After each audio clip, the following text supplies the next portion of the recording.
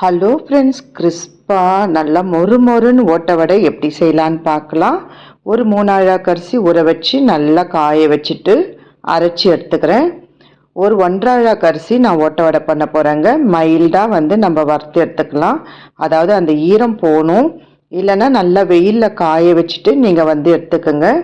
நம்ம மாவை அரைச்சிட்டு அந்த பச்சை அந்த தன்மை இருக்கும், ஈரப்பதம் இருக்குன்றதுனால கொஞ்சம் வறுத்து எடுத்துக்கிறோங்க. லைட்டாக வறுத்தா போதும். உளுத்தம்பருப்பு தேவையான அளவு நல்லா வறுத்து பொடி பண்ணி வச்சுக்கோங்க. நம்ம 2 ஸ்பூன் தான் போட போகிறோம்.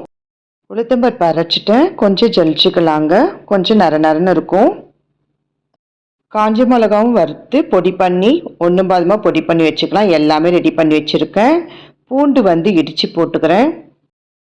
காஞ்ச மிளகாவை ஒன்றும் பாதியமாக நம்ம தூள் பண்ணி போடலாம். உங்களுக்கு எவ்வளோ காரம் தேவையோ அந்த அளவுக்கு போட்டுக்கோங்க.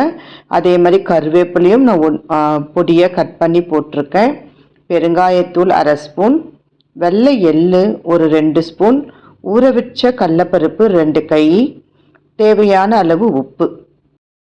பட்டர் நான் 2 ஸ்பூன் போட்டு நல்லா காய்ச்சி அதில் ஊற்றுறேன். அவ்வளோதாங்க. இப்போ நம்ம எல்லாத்தையும் மிக்ஸ் பண்ணிக்கலாம். கொஞ்சம் கொஞ்சமாக தண்ணி தெளிச்சுட்டு பிசைஞ்சு விடலாம்.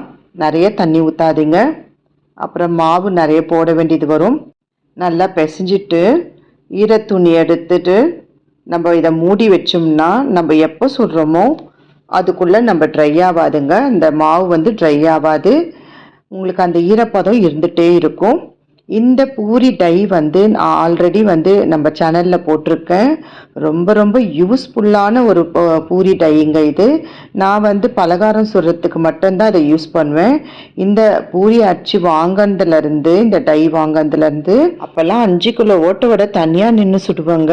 இப்போ 2 கிலோ தான் சுட முடியுது. அந்த அளவுக்கு நம்மளுக்கு ரொம்ப ஈஸியான ஒரு இந்த டைங்க. பாருங்கள் எவ்வளோ மெலிசா ஒரு ஓட்ட வடை மாவு நம்ம இந்த மாதிரிலாம் கையில் தட்ட முடியுமா? இவ்வளோ மெலிசாலாம் அவ்வளோ கை வலிக்கும் அந்த காலத்துலலாம்.